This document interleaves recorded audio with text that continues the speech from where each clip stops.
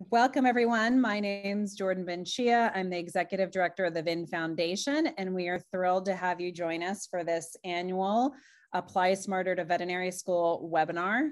We are very excited once again to be collaborating and partnering with APVMA along with the Student Doctor Network. And we have a couple of the executive board members from the APVMA here, and they're going to introduce APVMA in just a minute. I'm going to go through a few housekeeping tips for you guys. So first and foremost, if you have any technical issues, please go ahead and put that in the chat window. But let's keep only the technical issues there. And let's put all of our questions in the Q&A window. And that's going to be at the bottom of your screen. And you can post anonymously. Or you can post with your name, and then you also have the option to upvote a question. So if you see a question that you think you want to make sure is covered, go ahead and give that a thumbs up, and that'll knock it to the top. And that helps us here on the back end kind of see what questions we need to make sure we cover and at what rate. So put all of your questions in the Q&A. You have a phenomenal resource here in Dr. Tony Bartels, so I really encourage you to utilize this. In the background, you have myself. We also have Dr. Matt Holland, who is a VIN Foundation board member and works with VIN students. And let's see, what other housekeeping tips? Yes, if you registered for this webinar, which all of you have because you're here, you will all get an email within the next couple days with a link to the recording for this webinar, along with a PDF checklist and other additional helpful information. All of that will be coming from studentdebt@vinfoundation.org, the email that you see on the screen there. Again, if you have any questions, please go ahead and put them in the Q&A. There are no stupid questions. We've been doing this a long time. We've seen them. We're here to help, so please ask them. And if you're wondering it, I assure you somebody else is as well. If you have any technical issues, you can go ahead and put that in the chat window. We will be reviewing that. Additionally, see what else? I think that might be it. So I think we're good. And with that, I am going to turn it over to our APVMA exec committee here. And I'm going to start with Georgia. So Georgia, take it away. Hey everybody, this is an awesome turnout. My name is Georgia Daniel. I'm the Vice President of APVMA. And, we're just here tonight partnered with the VIN Network to talk to you guys about how to apply smarter. And then our organization, it's called the American Pre-Veterinary Medical Association, and we're just a national organization of pre-vets all united from different schools, all just trying to get into vet schools. Our biggest event throughout the year is our national symposium that we host in the spring. You guys might have been in the past before. This year, we're hosting it at Kansas State University, tentatively in person and online, so that's really exciting. So if you guys haven't registered with us already, or you guys are interested in learning more about us, I'm going to drop a link in the chat and you guys can join our email list. And then also just feel free to check us out. We have a website. Just look up APVMA or American Pre-Veterinary Medical Association. We've got some great info about the VIN Network and our other sponsors on there and what all we do. Also check out our social media as well. And I'll just leave it to Sydney.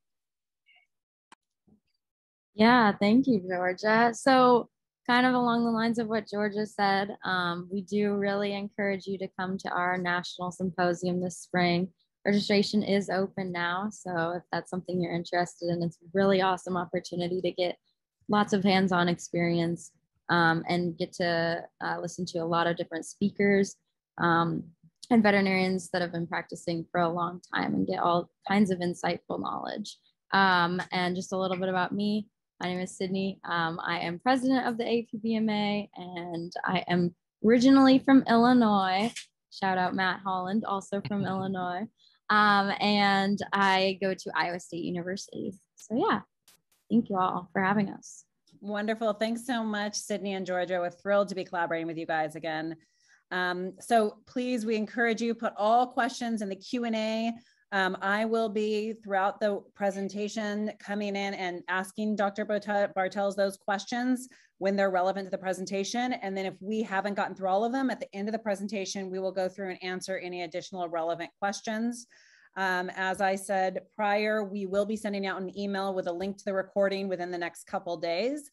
That will be coming from studentdebt@vinfoundation.org. So keep an eye out for that. So with that, I'm going to turn it over to Dr. Tony Bartels.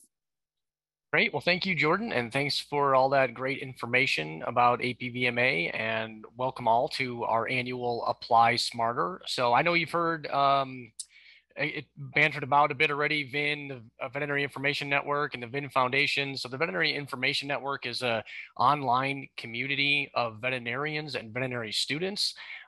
There's about nearly 90,000 veterinarians and veterinary students that belong to VIN. It's a private community. So you won't be able to join VIN until you're in veterinary school. But at the end, we're going to talk about some resources on VIN Foundation that you do have access to that will actually give you access to some of those 90,000 veterinarians in that community, particularly as it pertains to questions about applying to veterinary school or what it's like to be a veterinarian or just investigating a veterinary career in general. And we have, with 90,000 veterinarians in the community, its chances are good that you're going to find somebody that has some experience with the questions that you may have as you're considering entering this excellent veterinary profession. So what I do, I'm a veterinarian. I graduated from Colorado State in 2012. And most of my time is actually spent helping our colleagues with their student loans and repayment strategies. And I've been doing that for about 10 years now. I came from corporate finance before veterinary school, so as kind of a numbers geek. But the student debt thing is one of those things that can really catch you by surprise. And it even caught me by surprise, being kind of a numbers geek and trying to prevent all of that student debt scariness that a lot of our colleagues are facing. But it's kind of one of these unfortunate side effects that are associated with veterinary school. And as we keep doing this longer and longer, we've realized that the best group to tell our information to is you, those of you that are either in the midst of applying to veterinary school, have already applied or considered applying. This is when you need this information, right? Because once you're in school, there's not a whole lot you can do about how much it's going to cost and how much you're going to end up borrowing. But as you're applying, you're in the catbird seat here. You have the switches, the controls at your disposal in order to make the decisions that are going to either put you in a lower debt category or a higher debt category, right? And that's what we're going to focus on tonight, right? So there's a lot of information out there on the interwebs about, the nuts and bolts of applying, and we're not really going to go into that, but I'll show you where you can go to get that information. But what I want to focus on is some of the stuff that I think normally gets left out of the conversation. And that really is the cost, right? We don't tend to talk about the different costs among the veterinary schools, how much veterinarians earn, right? We're always told that nobody goes into this profession for the money, and that might be true, but at some point the money is going to matter, right? You're going to have to pay your bills. You're going to have to pay your student loans. It's the very few that are walking around with enough money, resources, and family help that can pay for a veterinary education without using student loans. So we have to really consider how much that's going to cost, and then also put it all together, right? And this is the approach that I took when I was applying to veterinary school, was not only what is going to help me get in the first time I apply, but what is also going to reduce my costs to the lowest extent possible, right? And that's really what Apply Smarter is about. All right, so I'm going to dive in here. See if we can get this to trigger. Alrighty. So this is really about setting yourself up for financial success. So knowing how much veterinary school costs, right? I mean, it's pretty amazing. There's a lot of surveys out there, and Dr. Lisa Greenhill, who works for the AAVMC, does a lot of studies and data collection on pre-veterinary school applicants. And the data is all over the place, right? I mean, from ridiculously low numbers to ridiculously high numbers in terms of what you're willing to pay for a veterinary school education. We also need to know how much a veterinarian earns, right? So debt is really not a problem by itself. It's the how much do you earn for what you're taking on in debt that tends to cause the problems, right? So we can't talk about debt by itself. We also have to talk about income. We have to know the difference between what I call discounted and non-discounted seats. You all are going to commonly know those as in-state or out-of-state or resident or non-resident. But unfortunately, the in-state, out-of-state is just not sufficient. There's a lot of in-between kind of seats. So we kind of have to refer to them as which ones are, kind of the full fare price versus those that are something less than that. Now we're also I'm going to show you some application stats that almost all of the schools provide pretty readily. And if not, you should be asking for them about how those folks who apply to veterinary school fare when it comes to being evaluated and being accepted. And you're going to see some really interesting themes arise, particularly when it comes to state schools.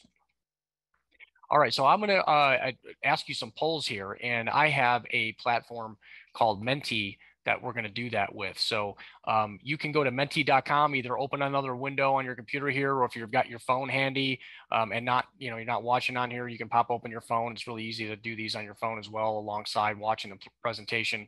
If you're, if that's your technological situation, go to menti.com, enter that code in there, or you can just use that QR code on your phone. I see a lot of you are getting there now.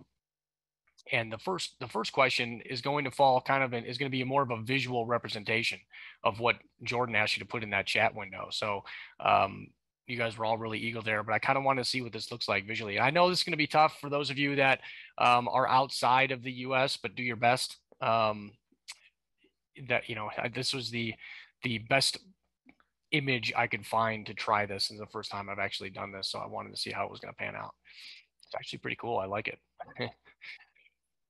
This was a great idea. I love how it's doing that. Yeah, it's kind of neat to visually see how the attendance breaks down.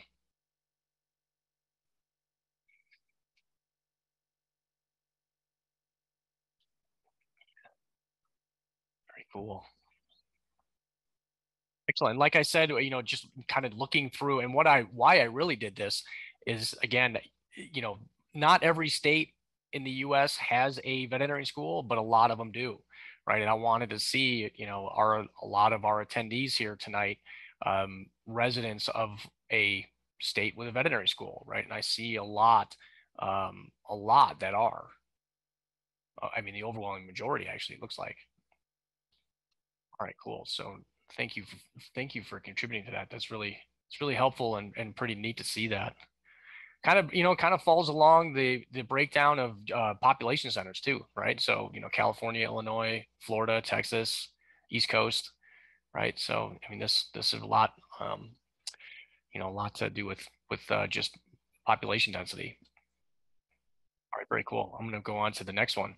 So how much, before I kind of tell you a little bit more about my student debt situation, I want to ask you how much you think it costs to become a veterinarian.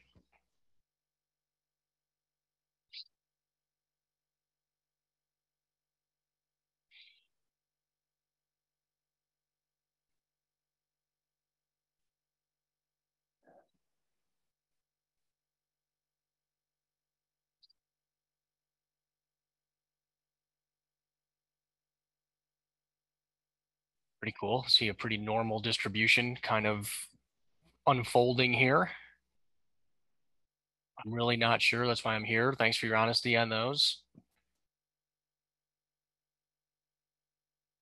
Yeah, so about 100 of you have answered this now. So the answer is pretty much all of the above, right? And that's what makes this so challenging, is that depending on the school you choose, you could conceivably fall into any of these cost profiles, right? The ones that are less than 100,000 are few and far between, but they do exist. The average is going to be somewhere between, the two most popular choices here, right? So the average is around 200,000, or it was for the 2020 graduating class. Now that's really not a very informative number, because it puts everybody in the same bucket, whether you went to a state school or a private school or one of the schools that allows you to change your residency in between. They put everybody in there and they average them across, and that's the 205,000 number that we get for the 2020 graduating class, right? But if you attend the school as a non-resident at a state school, then you're going to be at the higher end of the spectrum. If you attend one of the more expensive private schools, then you can be at the very, very high end of the spectrum, right? So I see, helping our colleagues formulate their repayment strategies, I see people that fall into all of these these buckets, all of these cost profiles, right? So it really is up to you in terms of how much, debt aversion you have, and how complicated repayment is going to be after you finish veterinary school. I mean, obviously the goal would be to be on the lower end, particularly if student debt is something that is stressful for you. So again, I told you can't talk about debt without talking about income. So how much income do you think a new graduate veterinarian earns?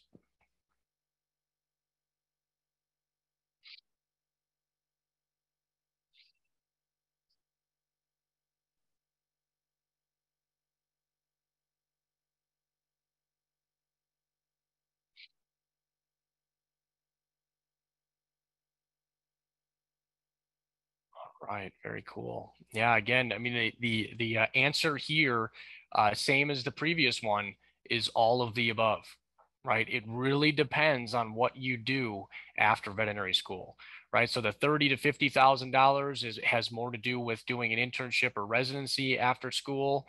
50 to 70,000 even can encompass the internship, or some starting equine positions fall into that realm, or rural practice might fall into that range, as well as the 70 to 90,000 starts to get closer to the average. So the average reported income for new graduates in 2020 across all private practice positions was about 93,000, right? So somewhere between these two boxes, right? And this is pretty common. Most pre-veterinary students tend to underestimate how much they stand to earn as veterinarians after they graduate. Right now, you've got a lot of time to figure that out. But even once you're in vet school, like I've been doing some sessions with veterinary students the last couple of weeks as the semester's gotten started, and most first, second year veterinary students tend to guesstimate the same kind of incomes, right? So even once you get in, that information just doesn't seem to find its way to you until you're starting to knock on the door of graduation, and you're starting to, formulate what it is you're going to do. But I do see new grads, even at the higher ends of these income earning profiles, they tend to be the small animal practices in urban environments, particularly in emergency medicine, right? So that's where we start to see even new grads, pushing six figures and well into the six figures after they graduate. All right, so vet school application status. Where are you in the process?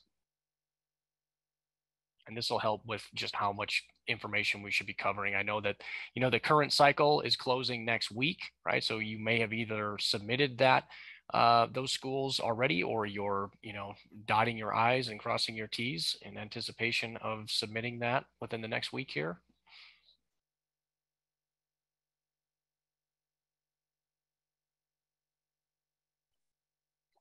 Excellent. So I see most of you are a couple of cycles away, which is great. A lot of you are applying next cycle, and a handful of you are applying right now, which is cool. And what schools are you applying to? And this is the last, I think it's the last poll question.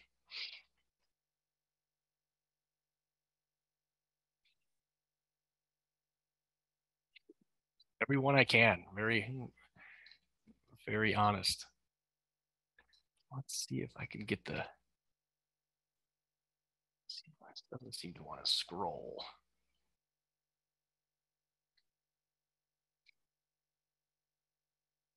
Huh.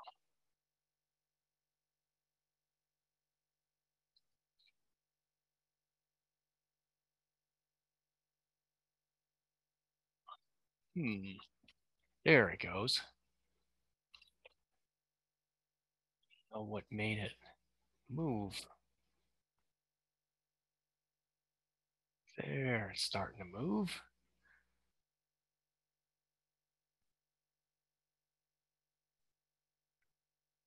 OSU, Colorado, Florida. I see a lot of state schools on here. I saw Ross.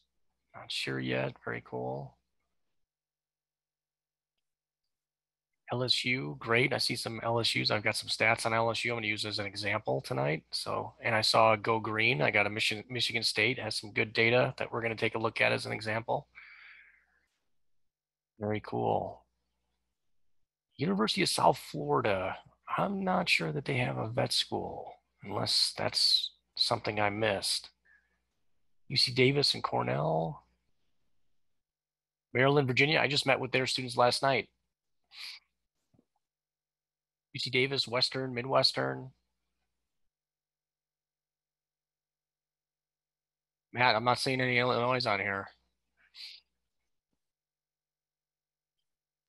Breaking Matt's heart left and right. Well, yeah. First, go serve emotions, because first nobody was saying Illinois, and I don't mean nobody, but I think like one or two.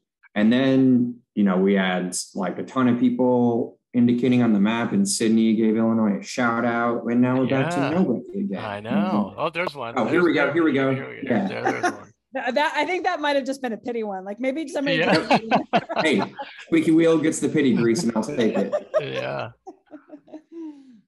See our first European one there. They get Edinburgh.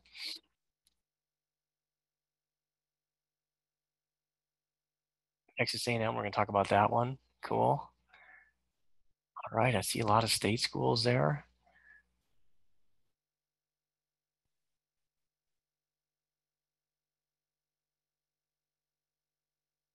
St. George's, Ross. So we got a Caribbean. Somebody wants to be on the islands.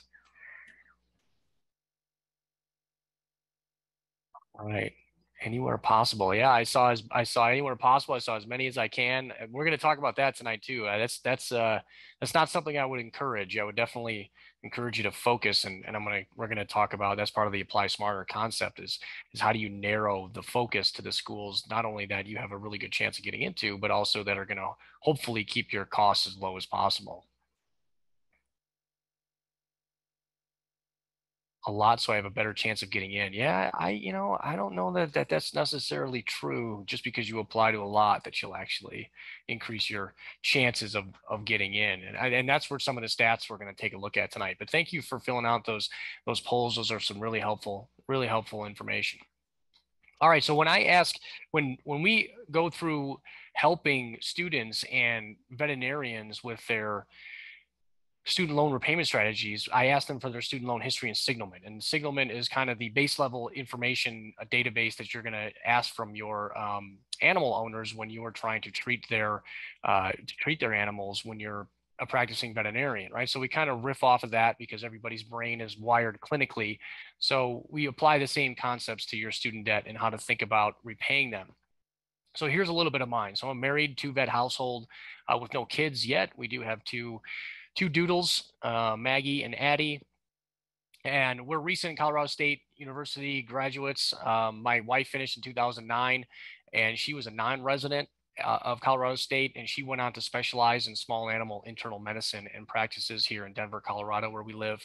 I went more to the GP route, so I did a combined MBA DVM at Colorado State, which was kind of a special program. Not all the schools have those. We're going to talk about those too. But I graduated in 2012, and it added an extra year to my education, but CSU paid for the MBA as part of that combined program. We both use federal student loans to cover all of our veterinary education costs, and 99% of the balance that we have on our student loans is from veterinary school. And that total is in excess now of about $400,000, right? So a pretty big number, right? And this is amount that we have to manage as part of our regular financial planning. If you've already been borrowing student loans for undergrad, and if you're planning on borrowing for vet school, one of the things you can do is utilize the studentaid.gov website. There's going to be a lot of information on there about borrowing. If you're already borrowing, you already probably know a lot of this in terms of which student loans are available and how you apply for them. That's your your free application for federal student aid, your FAFSA form, right? So studentaid.gov. And if you've been borrowing, you're going to have a student aid data file. Right. And the student aid data file has a lot of information in it in terms of how much you've borrowed, what your interest rates are, who your loan servicer is. And then ultimately, when you get into repayment, it starts to show you which repayment plans that you're able to use.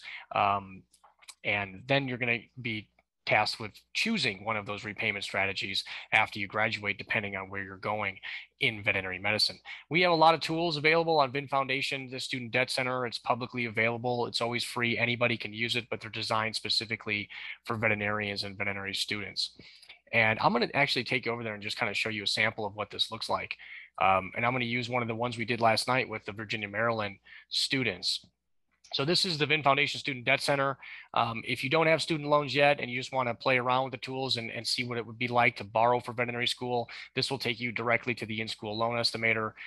But if you already started borrowing student loans and you know you have more to go, then you can use this middle box, right? And that's going to apply to pretty much anybody that already has student loans or those who are in school, right? So like the example we had yesterday with veterinary students, this is one that I'm just going to show you how you can use the tools here if you wanted to. So this is someone who just started at Virginia, Maryland this fall, right? So they're going to graduate in 2025, right? So maybe they're a little about 4 years ahead of you, right? So they've got some loans here, right? And this is the first disbursement from veterinary school, this 2021, right? So this is a pretty high number. And also this person has some loans from undergrad. We can see the interest rates are all set to 0 right now because we're in this special pandemic forbearance period for your federal student loans, right? So COVID-19 has put everybody's interest rates to 0, and you haven't had to make payments yet if you're not a student. So this just gives you a snapshot, and then we can take this information and send it over to the VIN Foundation in-school loan estimator, right? So if you were planning on attending Virginia, Maryland, and this person has another 3 years left to borrow, we're going to make some estimates on their interest rates just for the time being here. But basically, Virginia, Maryland, and this person is a resident attending Virginia, Maryland. And if you were to borrow all that they offered you, and we divide that across the remaining school years, and we assume some interest rates for your loans while you're in school, and this particular information is not all that relevant right now. These are all just guesses for the future, right? We can get an idea of how much this person would finish veterinary school with, right? $230,000 as a resident of Virginia, accounting for their previous non-veterinary school loans and the veterinary school loans that they just started borrowing, plus what they have left to borrow, right? And they estimated that they're going to graduate with about $234,000. So this is that was a pretty good estimation by this first-year student who is pretty well informed on how their student loans are going to work. But this is something that I would encourage you to play with based on the schools that you're considering, and then running it through the in-school loan estimator. And if you start seeing numbers here that scare you, then you may not want to apply or submit an application to that particular school, right? Because the hard part is, once you're in school, right, there's not much that person's going to be able to do to appreciably change that cost profile, right? They're kind of locked in based on the school that they chose. And this is where the big picture comes in, right? So when we look at the data that's available that the American Veterinary Medical Association provides, they break it down by school. And one of the things that's immediately obvious here is that your income in the blue lines doesn't vary all that much by the school that you choose, right? But the debt can significantly vary, right? So based on the school you choose, it kind of sets the cost profile. And if you're using student loans to cover the majority of those costs, the higher that cost profile, the higher your student loan balance, right? So we tend to see the schools like Midwestern, which is one of the newer private schools, there is no opportunity to pay an in-state or discounted rate. So everybody there pays the private school rate, and it's one of the highest, right? So if you graduate from Midwestern, you're going to be in this $350,000 to $400,000 student debt range, right? Western University, very similar, private tuition only, right? So there's not a discounted rate for anybody that goes to Western University. Tuskegee is also a private school. Lincoln Memorial is a private school. Tufts as well, although there are some discounted opportunities there for people who live in Massachusetts, right? So it kind of, you want to look at the schools, know if they're a state or private school and what their tuition structure is, so you can understand which cost profile you might find yourself in. And then here's down here, right? So I mentioned earlier that those folks that think that they can get out of vet school with less than 100,000, it's possible, but it's tough, right? So Texas A&M, NC State, UC Davis, if you're living in California, those are the schools that we tend to see people that can graduate with that low six-figure debt routinely. And the other, so when you look at this and you see that the incomes don't vary by school very much, the thing that jumps out to me is that there's really no Harvard effect when it comes to veterinary school. And what do I mean by that? I mean that it doesn't matter what veterinary school you go to, what you earn doesn't depend on the school.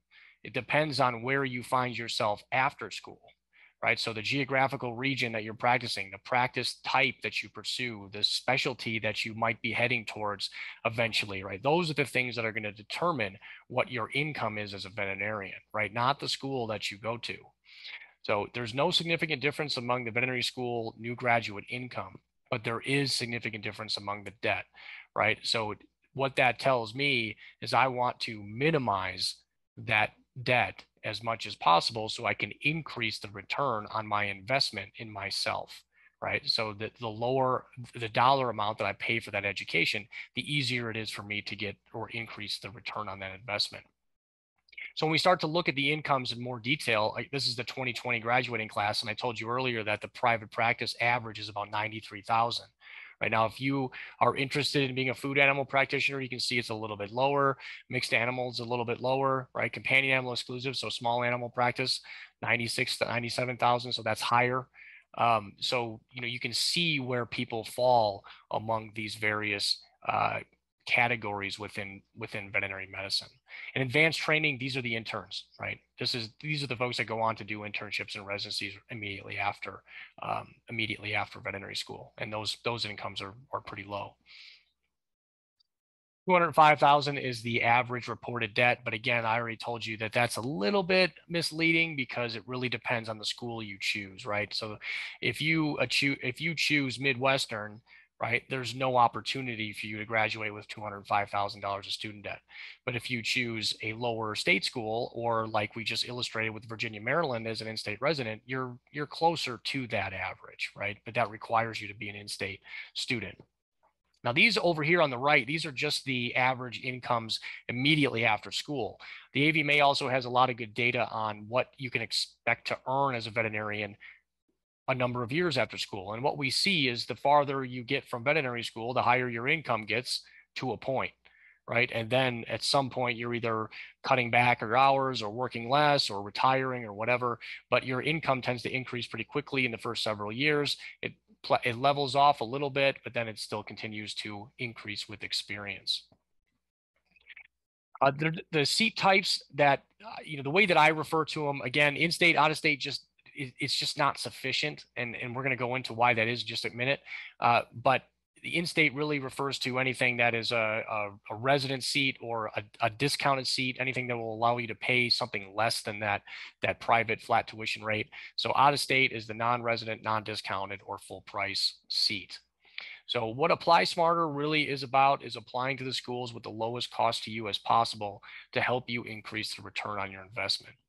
And I can't really, it's hard for me to impart on you the stress that student debt can have on you once you start accruing it, right? So it's amazing, and again, I just met with Virginia, Maryland last night. I met with Western the week before, a meeting with Missouri and Ohio State next week. So when you get into school and you start actually borrowing and you're seeing those numbers go up, I also see the anxiety start to go up, right? So this is where again, we have to kind of try to back up farther in the chain here and try to help reduce that anxiety by helping people realize how much this costs and showing them the ways that they can minimize their student loans.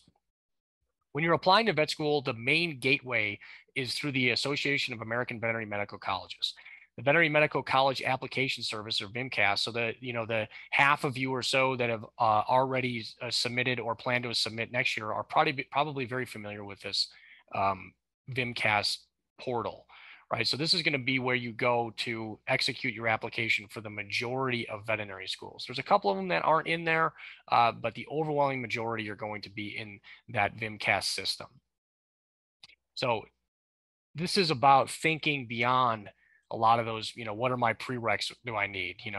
How do I get a good letter of recommendation? What are the GRE score thresholds? I mean, those are all important, right? Because you have to do those things and you have to get good letters of recommendations. But those are kind of like that's the base level for you to put in a good application to be considered for veterinary school, right? It's this stuff that we don't talk about, like the cost stuff and the odds of getting in and who gets the seats versus how they fall out versus in-state versus out-of-state. That's the stuff that we don't really talk about all that often. And that's what I'm talking about tonight, right? And you're going to see some data in the application statistics that will greatly improve your odds of getting in. And that's what we want to do. We want to increase your odds of getting in. And thankfully, some of those same schools that are going to increase your odds of getting in will also cost you the least, right? So that's what applying smarter is. So generally speaking, the state schools are going to admit more in-state residents to that particular school. For instance, Colorado State allocates, of the 150 seats, the last time I checked, I think it was like half of them go to Colorado residents, right? That's a lot, right? Because Colorado doesn't have that many people that live in Colorado that are applying to Colorado State, right? So if you live in Colorado and you're applying to Colorado State Veterinary School, you're going to have an advantage over the thousands of people that are submitting applications from outside of Colorado, right? Because that only leaves about half the seats for all of those other students, right? So there's usually fewer applicants to those in-state seats. Thus, those resident seats are going to provide the best odds of getting in. So always review the admission stats for the schools that you're going to apply to, right? And if you can't find them, use that as an excuse to reach out to that school and ask them for it.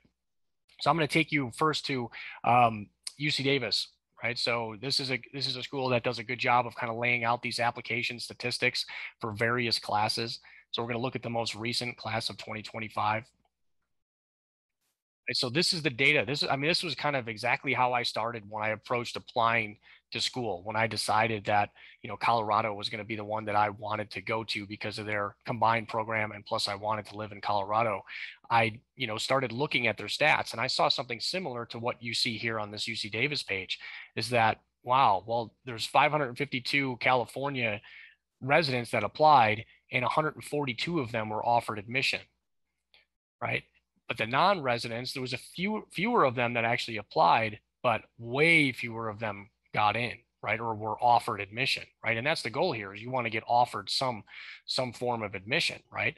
So 142 divided by 552 is a heck of a lot better odds than 28 divided by 433, right? So when everybody says how hard it is to get into veterinary school, you have to take that with a grain of salt, right? You have to look at, well, which population of applicants are we talking about here, right? Because it's much harder for this non-resident applicant pool to get into UC Davis than it is for this California applicant pool, right? And that's really what this illustrates. And a lot of the schools provide this information.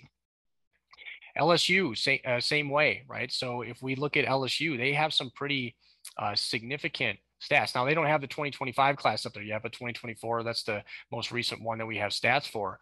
But you can see that if you're a Louisiana resident, there was 158 Louisiana residents that applied for the class of 2024, 66 enrolled, right? So 66 out of 158. Those are some pretty good odds, right? Louisiana State also has a deal with residents from Arkansas, right? Because Arkansas doesn't yet have its own veterinary school.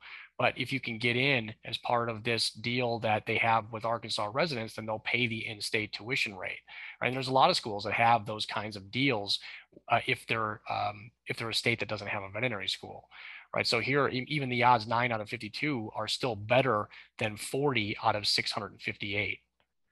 Right? So which pool do you want to be in, particularly if your goal is to get in the first time you apply?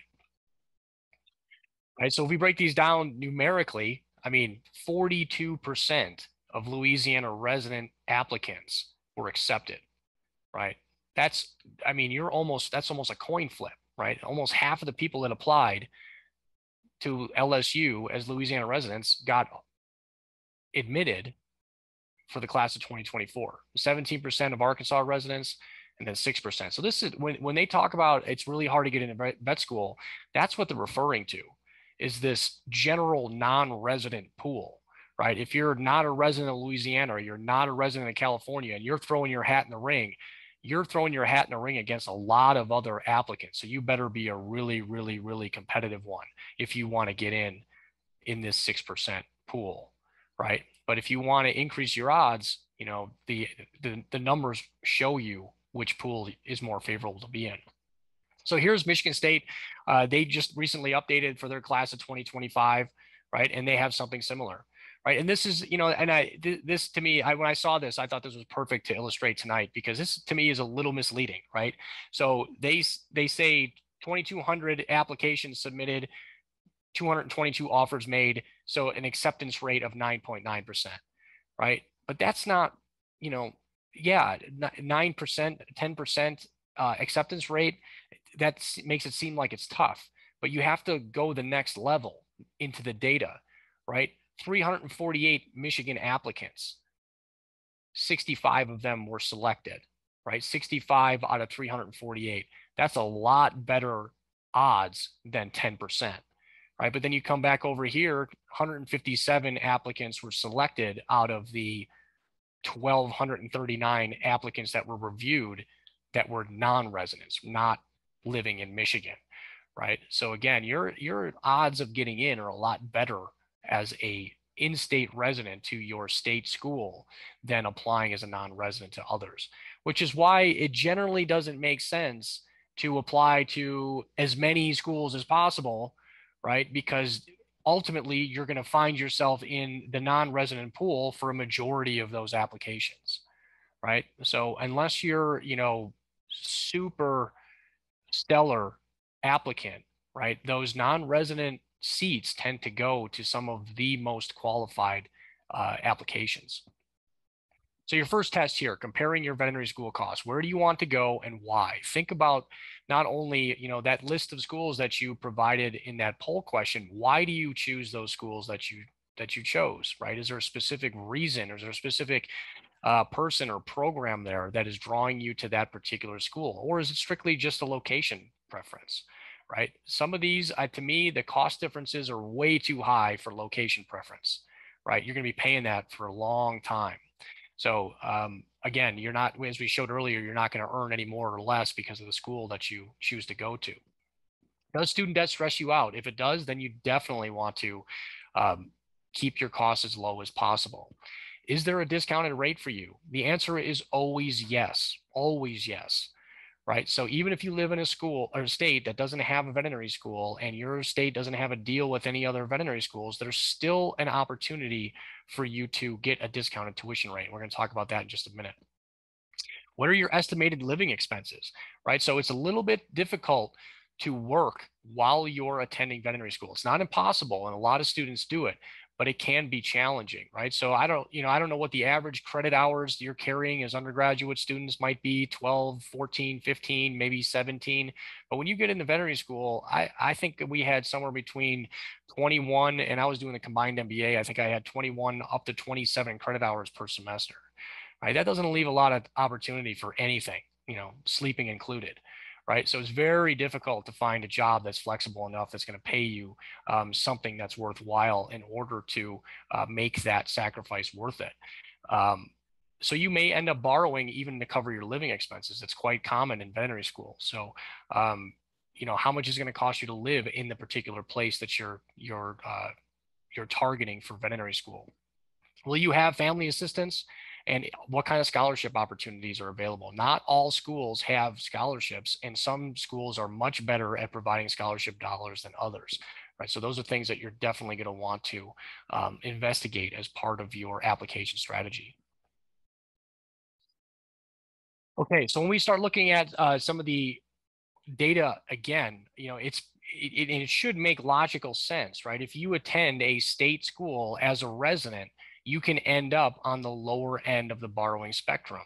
If you attend a state school as a non-resident, it's going to be a little bit higher. If you attend a private school, now the resident, non-resident doesn't really make any sense here, but the private school is going to generate a higher amount of debt because the tuition is higher. And then we've got the Caribbean schools here too, illustrating that, again, they're a form of a private school. They're on a Caribbean island, and it's going to be really expensive to go there. You can get student loans to cover the costs, but you're going to end up paying more for that. So start with your in-state option.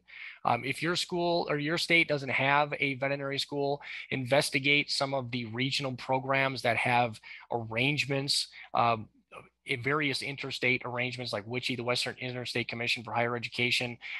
That's what we have out west here, right? So people that live in New Mexico can apply and go to Colorado State and pay the in-state rate or something even less than that, just as an example. And there's a whole bunch of states out here that kind of cover that. Hawaii also has a deal with Colorado State and Washington State, and Oregon State, I believe. So there's a lot of opportunity there for those states that don't necessarily have a veterinary school. The SREB, I think, is a Southern Regional Education Board, and I think that has more to Georgia, South Carolina. I forget the other states that are in there, but they have some arrangements. Like South Carolina has an arrangement with Georgia if you're a resident of South Carolina, you can get in-state tuition at University of Georgia. There's a number of these 2+2 programs that have been coming up lately. So Alaska has a 2+2 with Colorado State, Nebraska with Iowa State, Utah with Washington State, and then South Dakota with the University of Minnesota. That is going to put you, right, if you can land one of these seats, right, that's going to put you at this lower end of the spectrum when you graduate, the lower end of the student debt spectrum. Now, if you want to apply to more than just one school, right, that you can still do that, right? But I would limit it to those schools that allow you to obtain an in-state tuition rate after your first year. And there's 5 of them currently that allow for that. So Missouri, NC State, Ohio State, UC Davis, and Washington State are the 5 schools that allow you to establish residency while you're in school. So you pay out of state that first year, and then you pay in-state for the subsequent years, right? So that can really decrease your costs. That can put you somewhere in between this resident and non-resident cost profile, right? So it won't be as inexpensive as the in-state rate, but it'll be close, right? Because you're paying that 1 year out of state. Now, Texas A&M is an interesting school as well. They have very few out-of-state seats that you can even get, right? So I think it's, the last time I looked, I think it was like 10 people or so are allowed to or admitted per class into Texas A&M as non-residents. And as long as you maintain a B average, they'll cover the difference between your non-resident tuition and your resident tuition, right? So almost nobody graduates from Texas A&M with a non-resident debt load, right? So that's how they end up being very low every year when they report the average student debt for their graduating classes. Okay, so how do you pay for veterinary school? And we're just going to cover this briefly, but it's very similar to how you have experienced paying for undergrad, but there are some differences. You are eligible to borrow up to the cost of attendance. So no matter what the school says the cost is, the U.S. government will cover loans or provide loans to you in the amount to cover that cost of attendance. And this is one of the issues really that cause some of the student debt problems that we see, is that the schools can pretty much set whatever price they want, and the Department of Education is going to fill that cost with student loans in your name. Right now, primarily those are going to be made up of direct unsubsidized and direct grad plus loans. So direct unsubsidized loans have annual limits. Anything you have to borrow above them are going to fall into the plus graduate category, and these are unlimited, right? There is no limit on the amount that you can end up with grad plus loans. However, these tend to be the most expensive, right? So they accrue the most interest, they have the highest fees, they tend to be the most expensive and help to create some of those very large balances that we see. Unfortunately, unlike undergrad, as soon as you receive your loans for vet school or any graduate professional program, you're going to start accruing interest on them, right?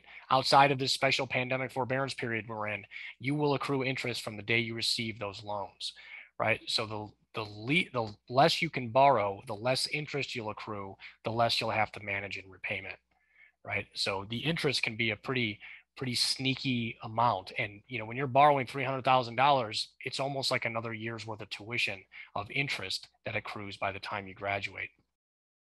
You are considered independent from your parents in vet school, regardless of whether or not they file you as a dependent on their taxes, right? So once you get into graduate professional school, they don't necessarily need to see your parents' financial information anymore, nor does it really matter, right? Your expected family contribution, which right now for undergrad has a lot to do with your parents' finances, it's almost always zero for veterinary students, which means you're able to fulfill the cost of attendance with all these loans.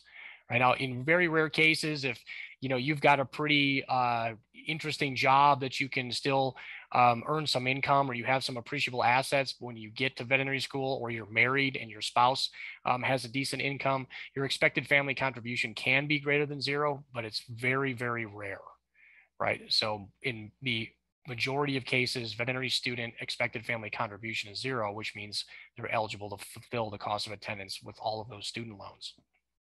There are a couple of special loan types that do not accrue interest: health profession student loans, loans for disadvantaged students. These predominantly exist at the state schools. So those are loan types that you want to ask about when you're considering applying to see, hey, do you offer these health profession student loans or loans for disadvantaged students? And these do, if the school offers them, these will be based on your financial need, and they determine that based on your parents' finances.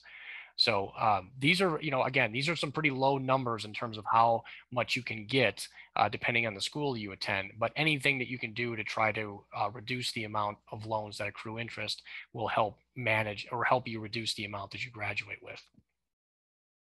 So it can be really complicated, but you really want to keep your loans in the federal system. Federal student loans are the most flexible loans that you'll ever have and give you the most options during repayment. And that's going to be particularly important when you're graduating from veterinary school and your income may not be very high right after school, right? So you want to have the most flexibility as possible when you're in repayment, so you can have all of the opportunities available that a veterinary career provides. If you want to know more information about borrowing during vet school, we have some webinars that we've done through VIN Foundation that are publicly available. One we call Borrow Better, and another, if you really want to look fast forward into repayment, we have one that's called Repay Wiser. If you do have family that wants to support you and help to reduce some of those costs, it's better if they do that up front than after school. I see a lot of families, grandma is so excited that you graduated veterinary school and now you can treat her 13 cats, right? And she wants to give you 10 or 15 or $20,000 to help you pay for school. Well, that would have been much more helpful during the first year of veterinary school than after you graduated, right? Because by the time you graduate, you've already racked up a whole bunch of interest, and grandma's gift is going to largely go towards covering interest. If grandma really wants to make a dent in your student loans, then have her pay your tuition, particularly in the first year, right? Have it be an acceptance gift to veterinary school, right? The numbers of people who get into veterinary school and finish it, the percentage is quite high, right? So once you're in, right, the chances are quite high that you're going to finish, right? So have them, get them to start thinking about an acceptance gift rather than a graduation gift, because that's going to really decrease the amount of student loans that you borrow or that you have to manage in repayment.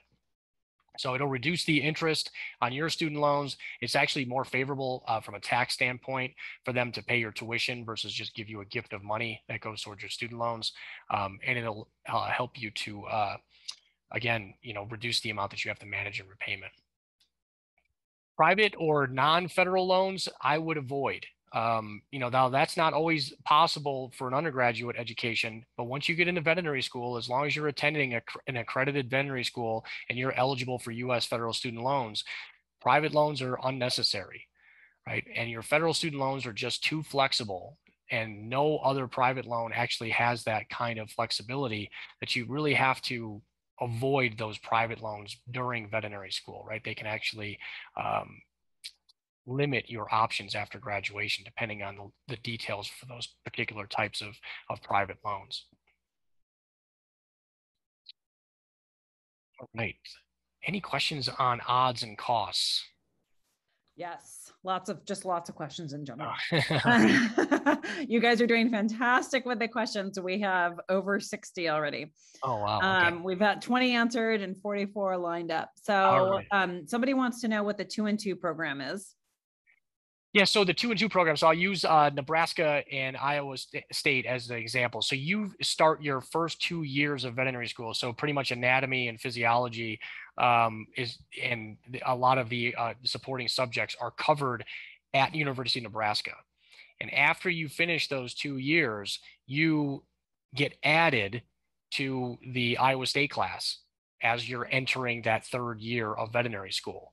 Right. So same with Alaska Fairbanks and Colorado State. The first 2 years, you cover a lot of anatomy, physiology, and some of the, the general science behind animal anatomy and physiology, right, before you start getting into a lot of the clinical material. Right. So you do that at that particular university. You're still considered to be in veterinary school, and then you matriculate into the veterinary school class halfway through in most cases, and you finish out the remaining education there at that veterinary school, right? And you graduate from that veterinary school.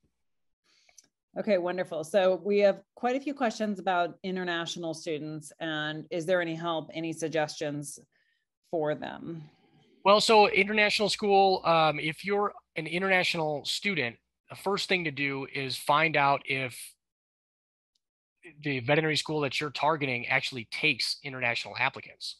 Right? Not all of them do, right? So usually in this same kind of class profile, you can get an idea of whether or not there are students that were accepted from outside the US, right? So you may see that here in the UC Davis one, they actually break out international students separately, right? So 22 international students applied and 3 were offered admission, 3 accepted, right? So first step is reaching out to the schools that are on your short list and ask them, do you accept international students, right? And then you can ask them if they have any admission stats on international students to see if that's something that you want to pursue, right? So that's going to really depend upon the school. And not all schools will take international applicants. So just, you're going to have to ask if you can't find that information yourself.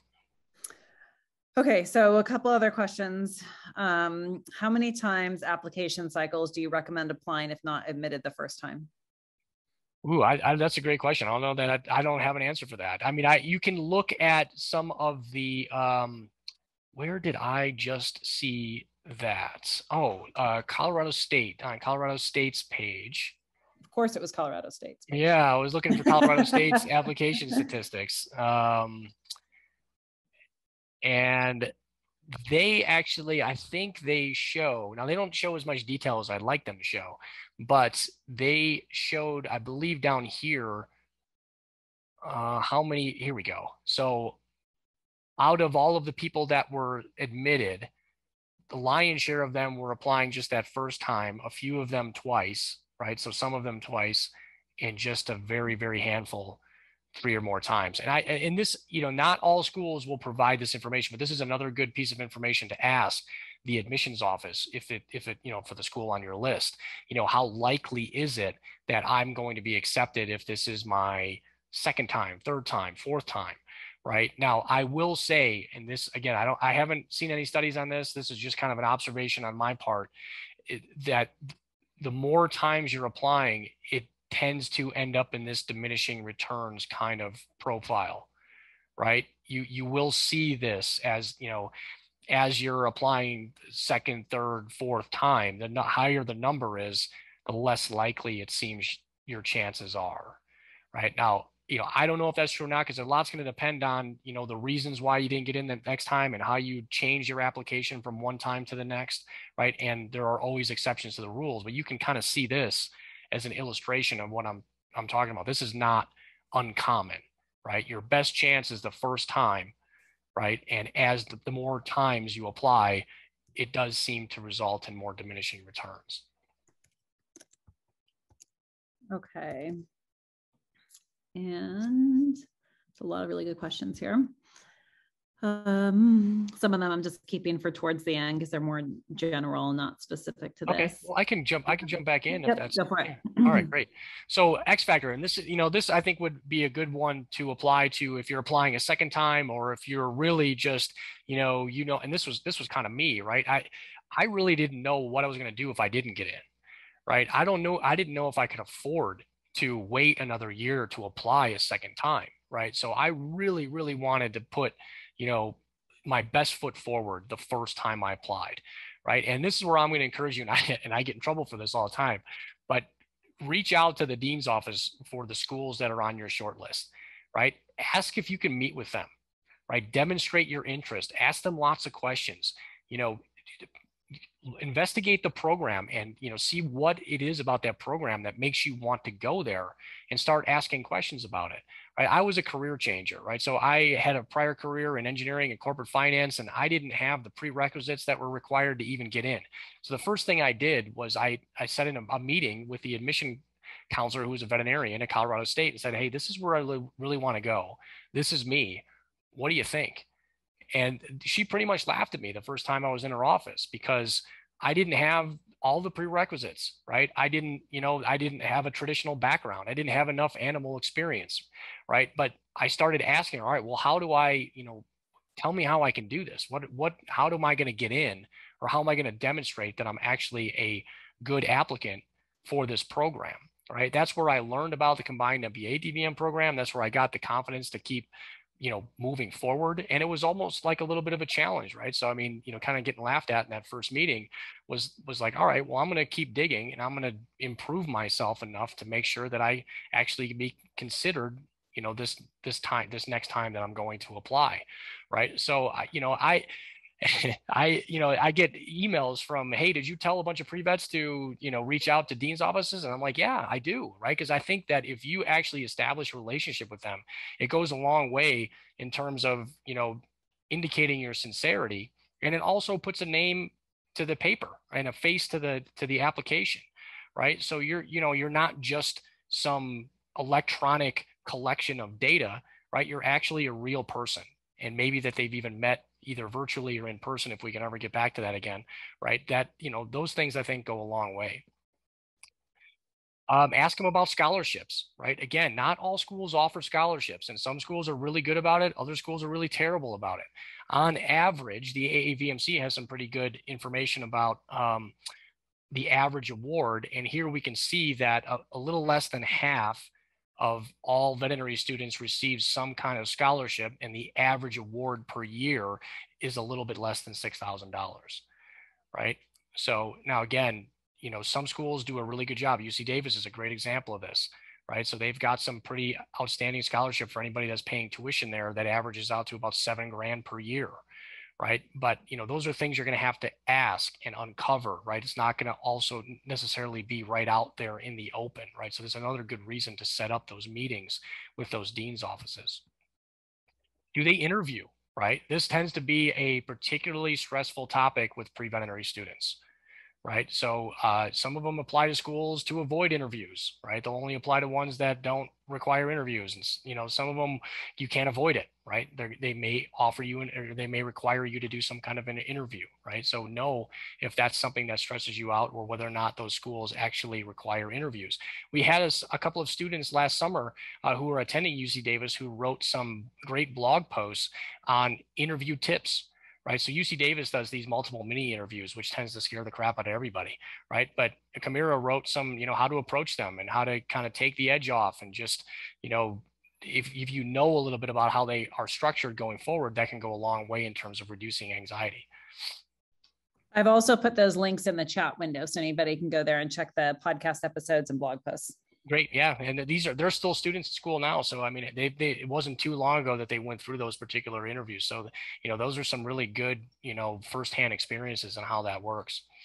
If your school has GPA, GRE requirements, prerequisites, and experience hours thresholds, do you meet them, right? Do you check those minimum boxes, right? Don't apply to a school that you don't even check the minimum thresholds for, right? That's not really a good idea. Right. And then you can actually start to get some information from the AAVMC on whether or not whether COVID has changed. One of the trends that I have actually seen, and I know this chart is enough to make you want to vomit, but there's a lot of good information in here, particularly as it pertains to the GRE, right? A lot of schools have been phasing away from the GRE as a required test that you need to have to apply to veterinary school, right? So here, Colorado State, the school I went to, I had to take the GRE. That was really stressful. It's not even required anymore, right?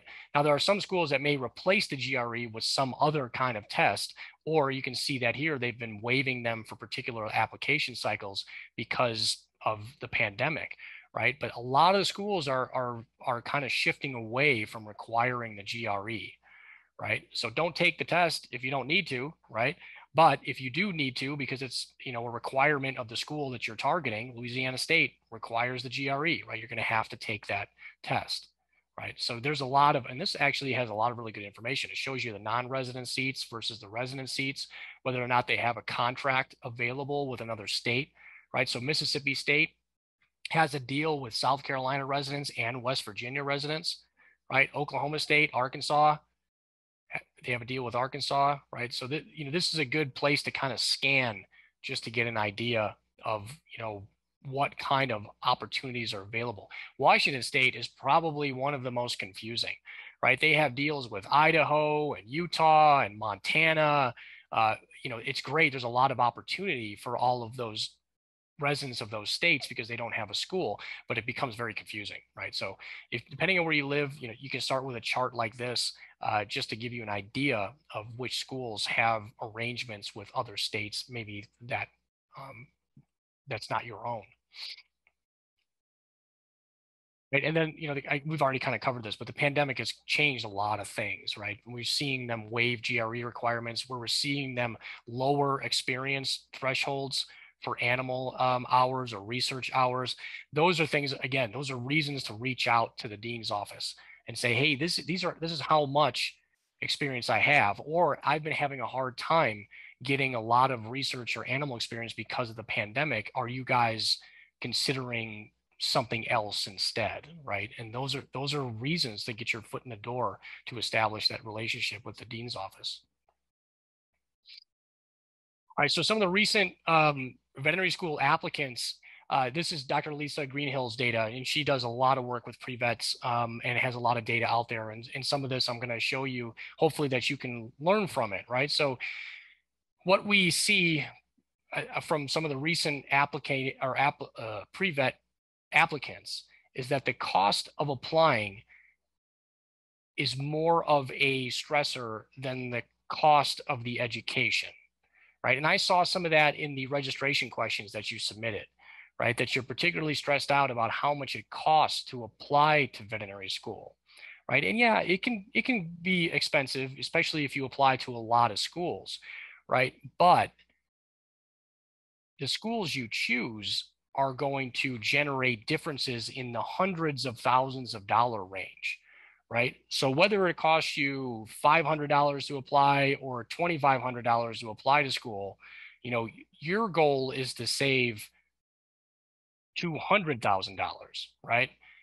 By leaving off one of the more expensive schools from your application list, right? So that'll decrease the cost of applying, but it'll also make sure that you don't end up paying $400,000 for your veterinary school education, right? So yes, you're going to have to figure out a way of coming up with the cost to actually submit your applications and maybe visit those actual institutions if you get an interview, right? But you have to start paying attention to what it actually costs for the education itself, not just applying.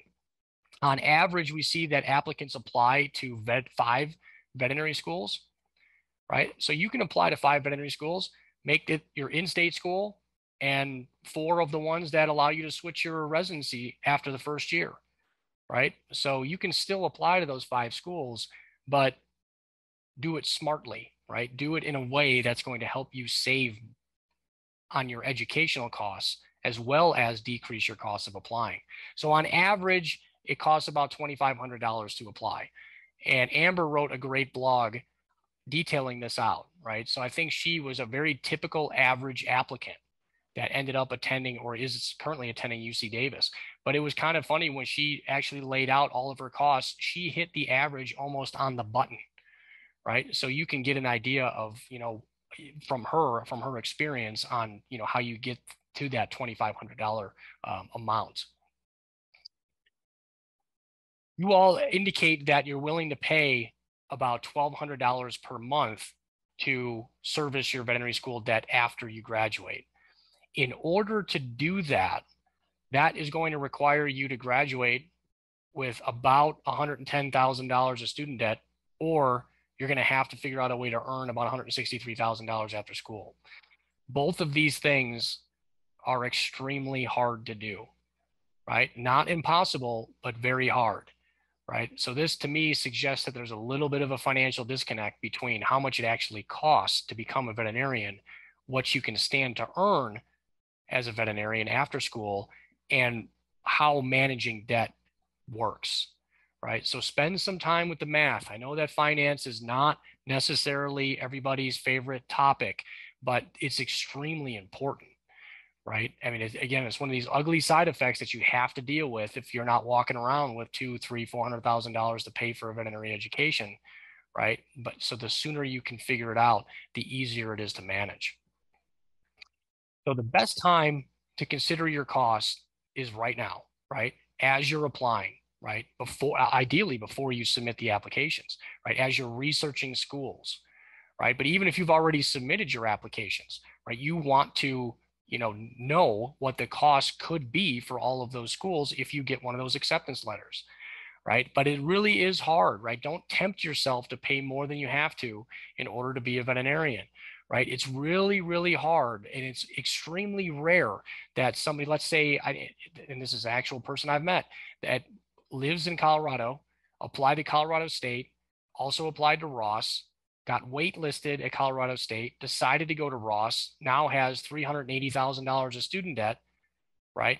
Because there's no way that any normal person is going to be able to turn down an offer of admission versus waiting another year and hoping you get into your in-state school, right? So that the time to leave that higher priced school off the list is before you actually submit the application, right? Because it's going to be nearly impossible to make that what I would consider a responsible financial choice when you're staring at an offer of admission.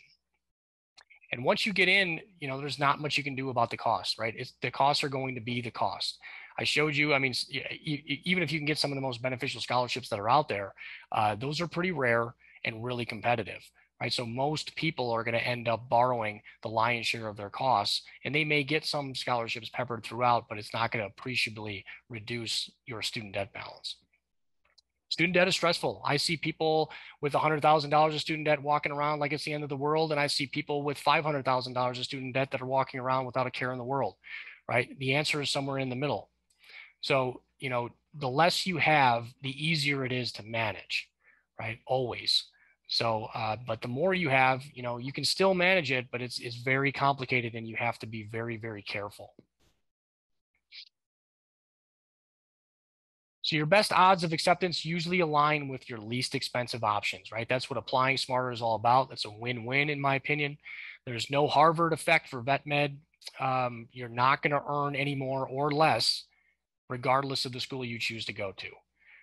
If you're going to borrow for your veterinary education, which most of us do, resist the temptation to apply to those schools with the really, really high cost profiles, right? Those are private schools, the Caribbean schools, those non-resident seats. It's just, they're big numbers and they can get pretty stressful pretty quickly. Explore creative options, right? If you're not the most stellar applicant, I wasn't the most stellar student before I went to veterinary school. I found creative ways to get in, right? And that was the combined MBA DVM program. There's combined Masters of Public Health and DVMs, PhD DVMs, right? If you have a particular research bent, right? So look for those combined programs to see if that's something that fits your experience and your career path going forward. Those 2+2 options are also really good. So that was a great question about how those work. Keep looking out for more of those. That's something that's been popping up more frequently. So it might not be applicable to those of you that are applying in the short term here, but those of you that indicated that you're a few cycles away, we may even see some new schools or new 2+2 programs evolve in the next couple of years here. So here's some links. And again, you guys all have access to this presentation. The nuts and bolts of applying is mostly AAVMC, costs and finances. We've got a lot of that on the VIN Foundation website. AVMA has got a lot of great economic data if you want to know some of the economics of practice, various practice areas within veterinary medicine. And then this was the area that I wanted to show you guys before we leave, this pre-vet section in VIN Foundation that can actually provide you access to the Veterinary Information Network student debt and Apply Smarter message board areas. Right. So if you have questions, and then we have pre-veterinary students in there that are asking questions about, being a wildlife practitioner or exotic animal medicine, which comes up a lot from pre-vets, or if you just want to generally know what life is like as a veterinary student or as a veterinarian, these are areas where you can post those types of questions. And we have actual veterinarians who are doing those specific things that can chime in and provide you some perspective on those. Right. So it's free to join this. Right. We just need you to create a username and passwords because it's not open to the entire universe. We keep this particular area open to pre-veterinary students only. Right. And then everybody that has access to VIN also can see those discussions and comment on your questions or comments. So you create your account here, again, totally free. There's the Apply Smarter message board area and the student debt message board folder where, we do a lot of planning, helping people plan their borrowing as well as their repayment once they graduate from veterinary school. All right, so what additional questions do you have? So one of the most important questions that we keep getting is that AAVMC chart that you showed. People want the link for that, and I told them we'll include it in the email, but if there's a way that we can add it now. Yeah, I tried to find it and they make it so hard to find. They did, and they moved it, and this actually hasn't, they haven't gotten, you can see that this hasn't been updated recently. Right. So this is a little bit out of date. Now I'll put it in the chat to everyone here. Right. But yeah, this is kind of a super secret link. Right now, if they see that 1,000 people access it in the next 48 hours, maybe they'll update it. But it is a little dated, but it can give you some, good starting information, right? So you don't have to, start from scratch with all of this. Hopefully they're going to update this, but as Jordan pointed out, this is not like easily accessible on their website right now, but I hope, they've been updating this for eons, so I hope they're going to continue to do that, and maybe they just haven't gotten around to it just yet. So wonderful. Yeah. Okay. Another question: what if you become a resident after you got into an out-of-state school? Will it change? Yeah, only for those specific schools that I mentioned earlier, right? So Missouri, Ohio State, UC Davis, Washington State, and NC State, they're the only ones whose states allow them to have those people change their residency status for those programs, right? Any other school, you're going to be a non-resident for the duration of that program, and you're going to pay the non-resident tuition rate, right? Those are some pretty special arrangements, right? And you have to keep an eye on those too. Now, they haven't changed or gone away in the recent memory, right? Those same schools have been doing that same thing for a long time. Actually, Ohio State made it easier. Right, before you had to jump through a bunch of hoops and make sure you applied at a specific time, and you couldn't leave the state while you're in school, and they did away with all that. So right now it's just kind of automatic. After your first year, if you're a non-resident, you're considered to be a resident for their veterinary school program. A lot of those the combined programs will offer you some kind of resident pathway. Right. So even the folks in my limited MBA DVM course who are not from Colorado still were able to establish residency. That's the only way you can do that at Colorado State. Right. You can't normally establish residency as a non-resident for their veterinary school program, but the combined programs allowed you to do that. Right. So there are some loopholes there that are worth investigating depending on the school and the specific programs that you're targeting. Okay, wonderful. We have a lot of questions about like how much experience do I need and internships to better their application. I think that really depends, right? And we've definitely seen with COVID that some people are not able to get as many shadowing jobs as they were hoping. But I didn't know if yeah, there was a couple of and this is again where I would go look for these class profile type things.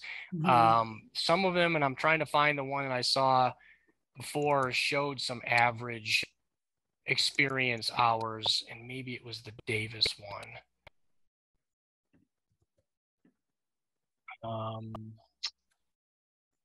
Some of them, well, here we go. So for UC Davis, average veterinary experience hours for their admitted students was about 1,500, or with a range of 85 to 7,000, right? So that is really not all that helpful, right? But you could, that's another reason to ask or to reach out to those dean's offices and ask them that specific question, so you can establish that relationship. You're demonstrating that interest, and that's a reasonable question, particularly with the pandemic going on. It's very hard to get that kind of experience nowadays, but you can see that, I mean, here the range is ridiculous, right? I mean, you know, I wouldn't even put a lot of weight into that average, right? So you can see that they did admit students here that had very limited veterinary experience hours, right? So now they may tell you that, well, if you don't have very much experience hours with veterinarians, that we look for X or Y or Z, right? So that's where you're going to learn that specific information. But, you know, first place to start is these profile pages, if you can find them, or request them from that school directly, and then start asking those questions, right? Because a lot of these schools will provide something like this, but not all of them will, right? But they have that information, right? You just have to ask for it. Okay. I've seen a couple of questions about non-resident seat options for New Jersey specifically. You know, I am not aware of any state arrangements with New Jersey residents, which is kind of odd considering it's a pretty populated state. So I think they used to, but they don't currently. Now, that's where I would. Now this, you know, so again, the schools that allow you to switch your in-state residency after the first year, those are to be the ones I'd be targeting, but you're still going to be applying as a non-resident. So you're going to have to make sure that you're an extremely competitive applicant when you're applying to those schools, right? And it's not secrets that those schools allow you to switch your residency. So those tend to be some of the schools that receive the most applications too, right? So you have to be a pretty strong applicant. Alternatively, I know this is a little bit extreme, right? But this is kind of what I did, right? I was actually a resident of Illinois before I moved to Colorado for the specific purpose of establishing residency in Colorado, so I could be treated as an in-state applicant when I applied to Colorado State. Right. Not everybody's going to have the ability to do that, but that is another option. Right. And that's why I could only afford to do that once. Right. And I'm glad I got in, because I really don't know what I would have done if I didn't get in. So probably I would have ended up a fly fishing guide, right? Because I have a little bit of an addiction.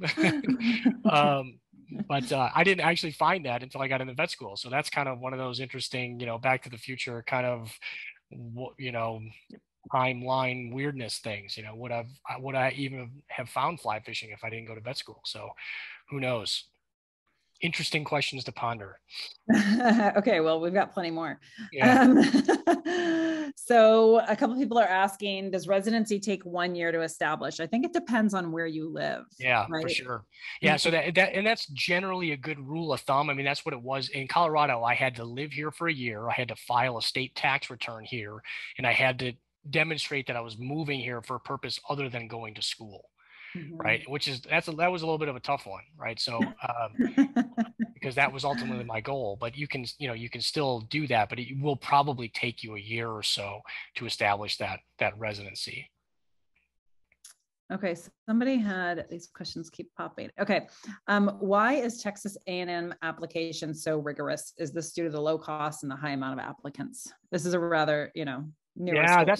I can only speculate on that. Now, so Texas, again, they do a really good job of really limiting the people who go to Texas A&M to Texas residents.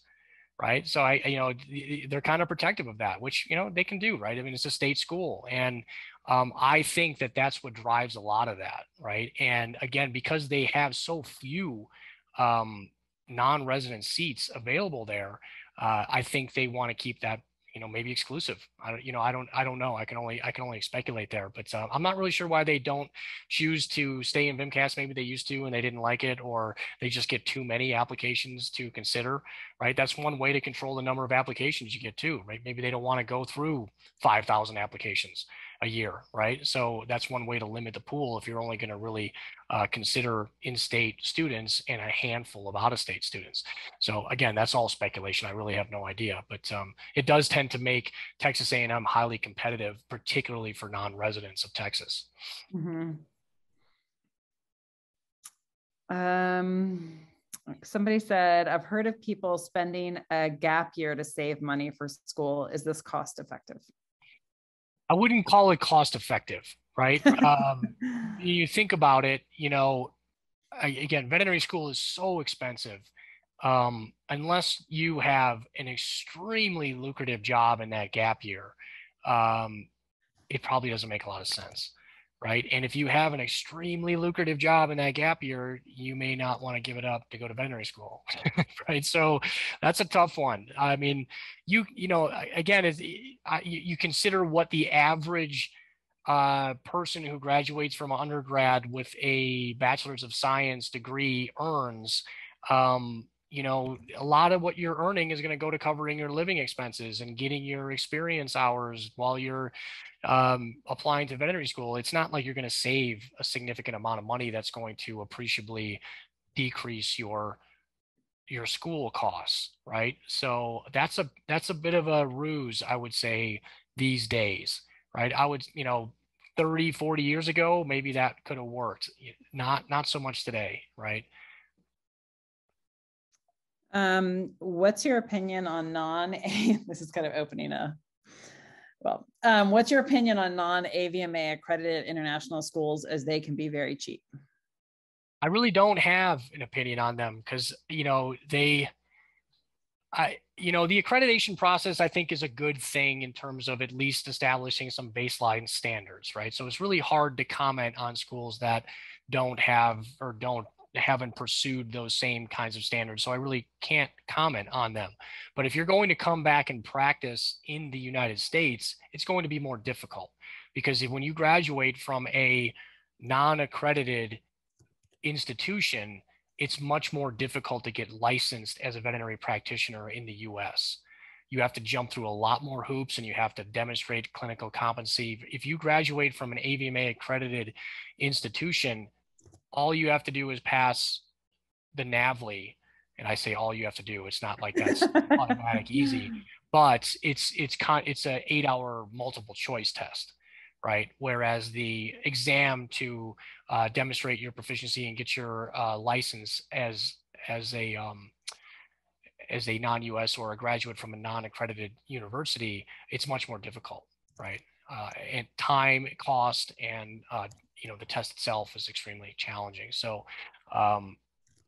it really is up to you, right? If you want to attend a non-accredited school that has a lower cost and you want to come back and practice in the US, you can do that. It's just more difficult. There's more hoops to jump through. Okay. Do vet schools look at programs you're interested in before they accept you, such as PhD DVM programs? Because we had another question that said, like, should I get a combo PhD DVM, or is a DVM enough? And obviously it depends on what their goals are. Yeah, absolutely. It really does depend on what your goals are. What was the first part of that question again? Do vet schools look at programs you're interested in before they accept you? So for instance, if you're interested in the combo PhD DVM, does that maybe increase your chances versus somebody that's just looking at a DVM? So I had it, and I can only speak to my experience with the combined MBA DVM program, but I had to choose to be considered for the MBA DVM program or the general DVM program, right? It wasn't, I couldn't do both. I mean, I could, but then they were only going to consider me for that application cycle in either that program or the other, right? Which it was a little bit, I didn't really quite understand it. Although I think that they they didn't want people kind of sitting on the fence, right? I think it was hard for them to find applicants to fill the people with the right background and met the requirements still to even be considered for that combined MBA DVM program.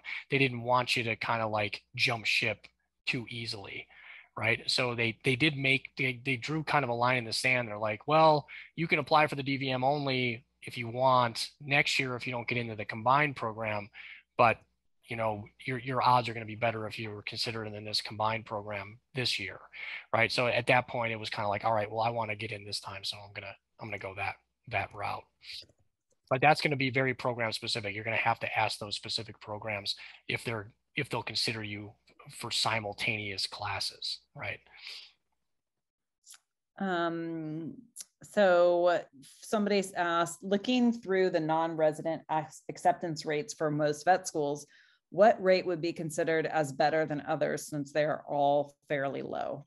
Yeah, so I mean, the two that I showed, usually from the ones that I have done the math on, they fall somewhere between 3% and 6%, right? And that's not good, right? Those are not good odds, right?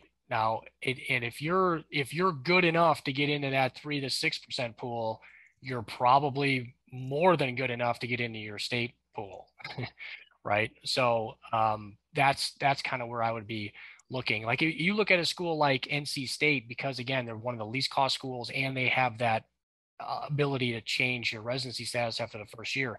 They get a lot of non-resident applicants. So you're going to have to be a really, really, really competitive applicant to be considered for attendance there as a non-resident. Let's see what else we have here. Somebody asked, what's the best way to track application requirements for the different schools? It's so confusing. If you have any tips. Yeah, I agree. I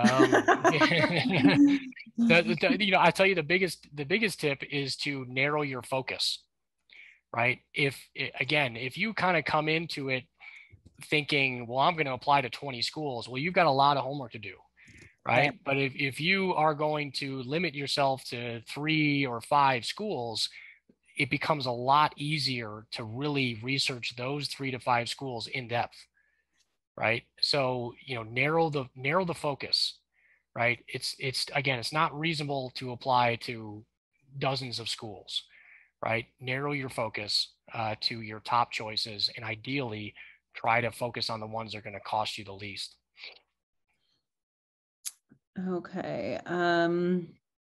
I would like to work in clinics, but I also want to work further than that, like researching or leadership positions.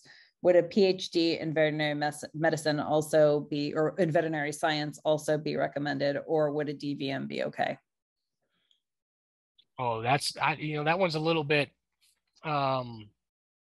too future for me, right? I think that, I think that you're going to have to just kind of figure that out, right? I mean, the DVM will allow you to go on to pursue a PhD if you want to.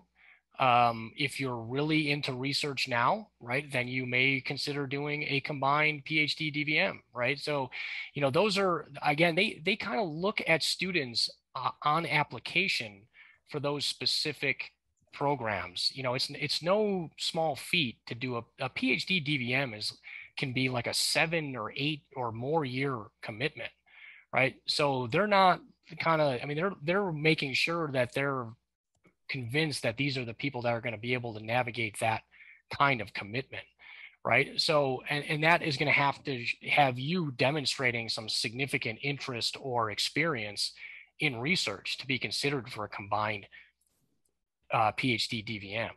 Right now, it could be that you get your DVM and you find through going through vet school that research is totally your thing, right? And then you can do a PhD after that, and that happens probably more commonly than the combined DVM PhD programs. But that's really, that's really a personal preference kind of thing. And if you're asking, should I get a PhD before I even apply to veterinary school? Well, again, I mean, it's going to take 5-7 years to get a PhD. before you can then get into vet school, which is going to be another 4 years, right? So that's those types of things are really, you know, a little bit too far off in the future and too personal to really, you know, for me to have an opinion on. Okay, there's a lot of questions about specific areas like aquatic medicine or wildlife conservation or experience hours. Well, those are things those are great things to ask in the Apply Smarter student and the Apply Smarter message board area, right? Because we do have it, and then we do some aquatic medicine education, and there's wildlife veterinarians and exotic veterinarians on VIN who can chime in and speak more to that. And I do see the aquatic medicine thing coming up a lot. And a lot of veterinary students are interested in that, you know, some of the schools are even, you know, having more and more education in those areas. So looking for those schools that do provide that kind of education, because not all of them do. But that would be a great place to do that as a pre-vet. I would go ask those questions in the Apply Smarter folder, and we'll see if we can find an aquatic animal vet and, you know, wildlife vet to comment on those kinds of things for you. Yeah. Okay, I think that the only other question is, this may be a chance, but is there a chance of getting financial aid for vet school outside of loans?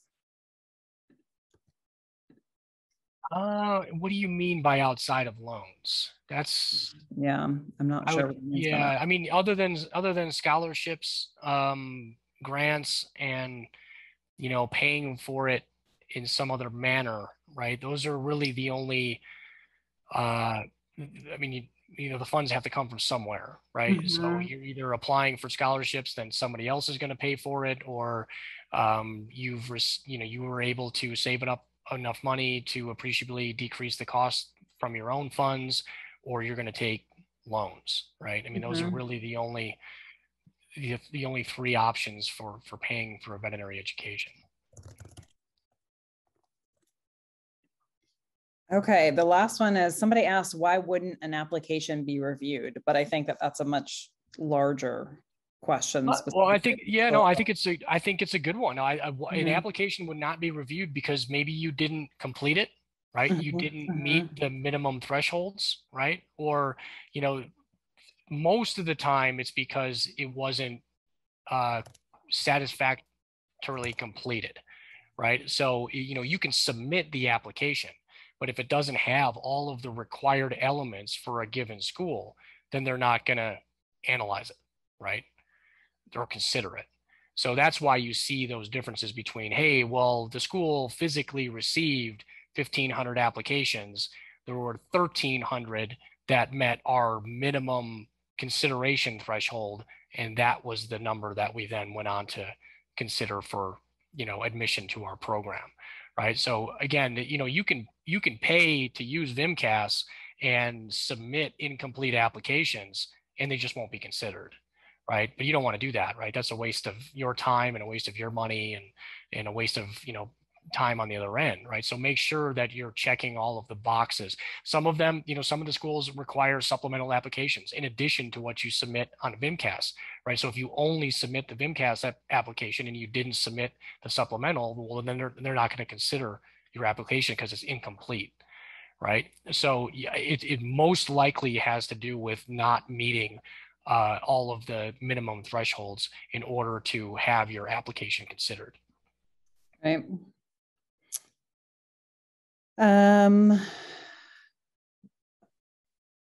Okay. Why is while a large debt can be scary for so many, what do we young undergrads, students, I'm not sure of this question. Pretty much, it seems like undergrads don't know about the fear about the large debt, is what he's asking. But I think our goal overall is to educate you, which is why we do these webinars.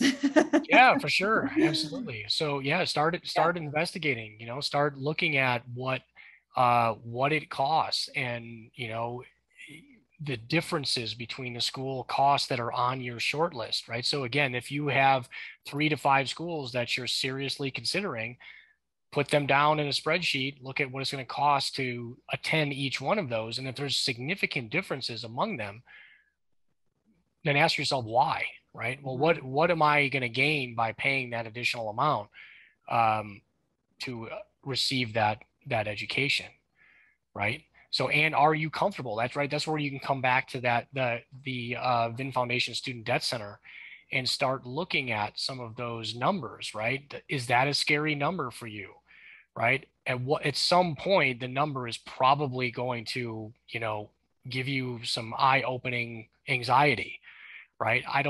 That number is going to be a little bit different for everybody.